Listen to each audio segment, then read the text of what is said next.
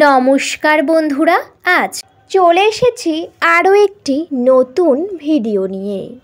চৈত্র মাস চলাকালীন বাড়ির সদর দরজাতে আপনারা বেঁধে দিন এই একটি জিনিস। এতে আপনাদের সকল মনস্কামনা পূরণ হবে এবং বাড়ি থেকে দূর হবে সমস্ত অশান্তি।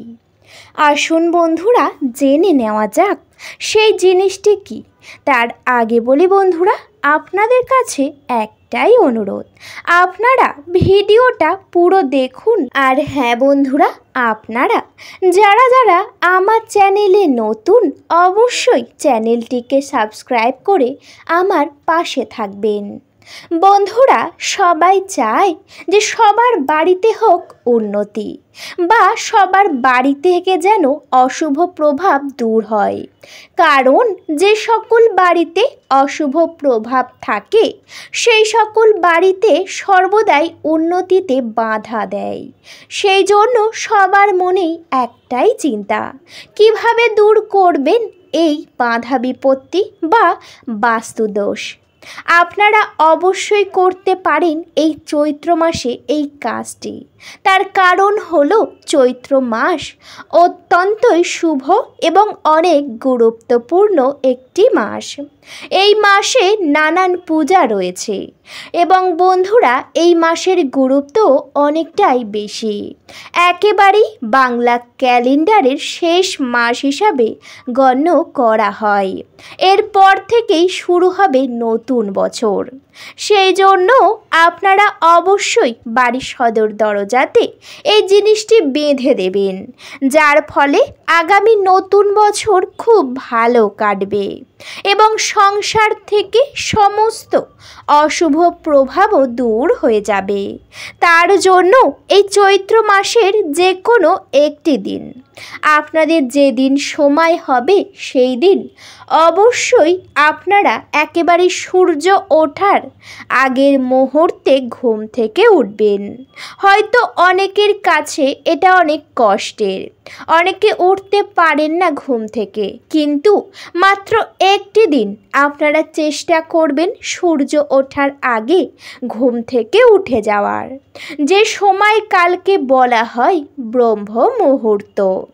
এই সময়ে উঠলে শরীর স্বাস্থ্য ভালো থাকে এবং সকল দেবদেবীর কৃপাও পড়ে। সেই জন্য অবশ্যই উঠবেন। শুধুমাত্র ঘুম থেকে উঠেই আপনারা কিন্তু কোনো দিকে তাকাবেন না। প্রথমেই উঠেই আপনারা নিজের হাতের তালু দর্শন করবেন। এতে কিন্তু অনেক জীবনে উন্নতি হয় এবং ভাগ্যর চাকা ঘুরতে থাকে বলা হয়েছে।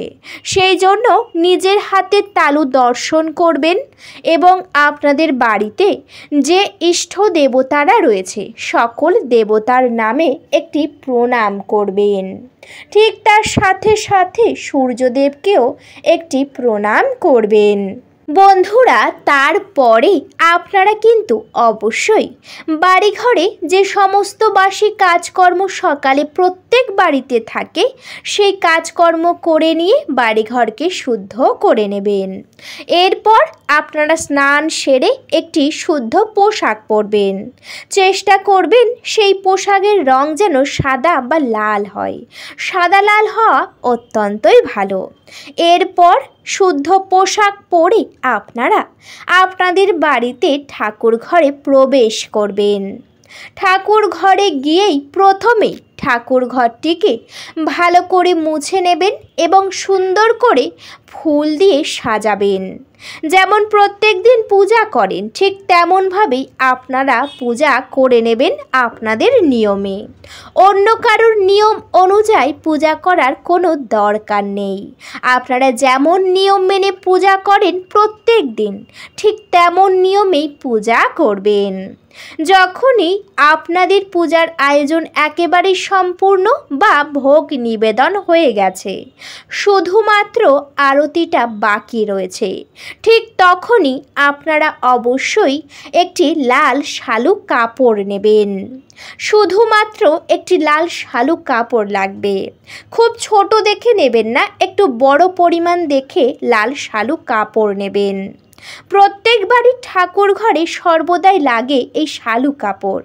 যদি আপনাদের বাড়িতেও থাকে অবশ্যই নেবেন। যদি না থাকে সেক্ষেত্রে যে কোনো দশকর্মার দোকানে, অর্থাৎ যেসব দোকানে পূজার জিনিস পাওয়া যায়, পূজার সামগ্রী পাওয়া যায়, সেই সকল দোকান থেকে আপনারা খুব সহজেই এই শালু কাপড় নিয়ে আসতে পারবেন। এনে শালু কাপড়ের উপরে একটু গঙ্গার জল ছিটিয়ে শুদ্ধ করে নেবেন। এরপর সেই শালু কাপড়ের উপরে আপনারা রাখবেন অখণ্ড আতপ চাল। হ্যাঁ বন্ধুরা, একেবারেই ঠিকই শুনেছেন। এই কাজের জন্য অবশ্যই লাগবে অখণ্ড আতপ চাল বা অক্ষত আতপ চাল। একেবারে অল্প পরিমাণ দেবেন শালু কাপড়ের উপরে। এরপরে সেই শালু কাপড়ের উপরে যখনই আপনাদের সেই অখণ্ড আতপ চাল দেওয়া হয়ে যাবে, তারপর আপনারা অবশ্যই রাখবেন একটি 1 টাকার কয়েন। হ্যাঁ বন্ধুরা, একেবারেই ঠিকই শুনেছেন। এই কাজের জন্য অবশ্যই লাগবে একটি 1 টাকার কয়েন। যদি আপনাদের কাছে মা লক্ষ্মীর রূপোর মুদ্রা থাকে অবশ্যই সেটি নিতে পারেন। সেটি নেওয়া অত্যন্তই ভালো, কিন্তু অনেকের কাছে এটি থাকে না। সেক্ষেত্রে একটি 16 আনা কয়েন অর্থাৎ 1 টাকার কয়েন অবশ্যই নেবেন। চেষ্টা করবেন সেই কয়েনের উপরে সিঁদুরের একটি ফোঁটা দেওয়ার বা টিপ দিয়ে দেওয়ার। আপনাদের ঠাকুর ঘরে যে গোলা সিঁদুর রয়েছে সেই সিঁদুর নিয়ে অবশ্যই একটি ফোঁটা বা টিপ দিয়ে দেবেন সেই 1 টাকা কয়েনের উপরে। বন্ধুরা, তারপরে লাগবে একটি লক্ষ্মী কড়ি। বন্ধুরা, আপনারা সবাই জানেন এই লক্ষ্মী কড়ি ছাড়া মা লক্ষ্মীর পূজা অসম্পূর্ণ এবং মা লক্ষ্মীর অত্যন্তই প্রিয় বলা হয় এই লক্ষ্মী কড়ি। সেই জন্য একটি মাত্র লক্ষ্মী কড়ি লাগবে।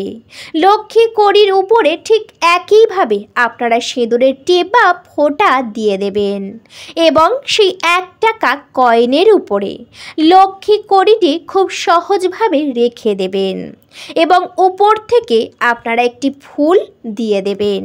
তারপর শালু কাপড়টি একটি পান পাতার উপরে করে মা লক্ষ্মীর চরণে রেখে দেবেন। যে পান পাতা নেবেন সেটি যেন একেবারেই নিখুঁত হয়, কোনোভাবে ছেঁড়া বা কোনোভাবেই নোংরা হলে হবে না। একেবারেই পরিষ্কার পরিচ্ছন্ন এবং নিখুঁত লাগবে। কিন্তু সেই পান পাতার অবশ্যই বোঁটাযুক্ত থাকতে হবে। বোঁটা কেটে গেলে একেবারেই হবে না। সেই পান পাতার উপরে শালু কাপড়টি রেখে মায়ের চরণে আপনারা অর্পণ করবেন।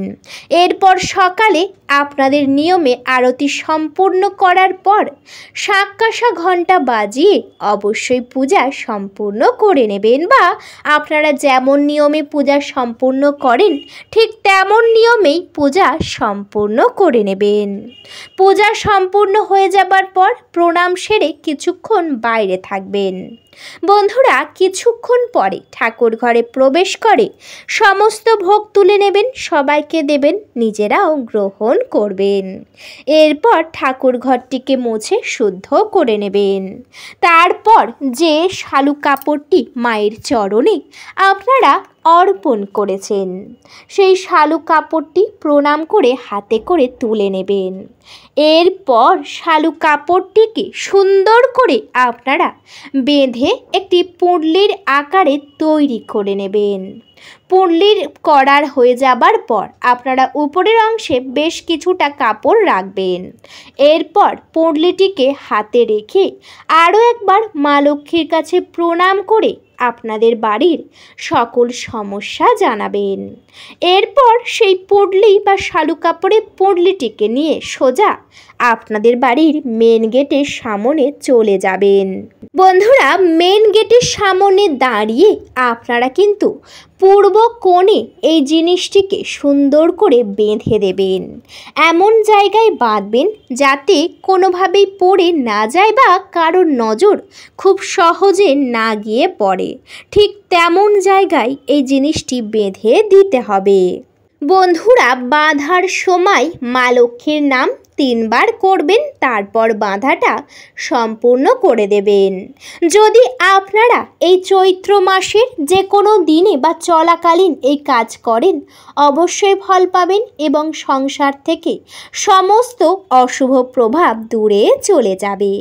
বন্ধুরা, ভিডিওটা এই পর্যন্ত। আশা করি ভিডিওতে আপনারা পুরোটা বুঝতে পেরেছেন।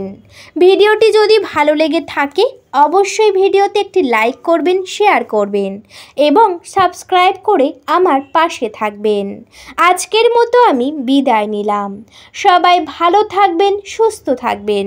সকলকে জানাতে চাই অনেক অনেক ধন্যবাদ। হরে কৃষ্ণ। রাধে রাধে।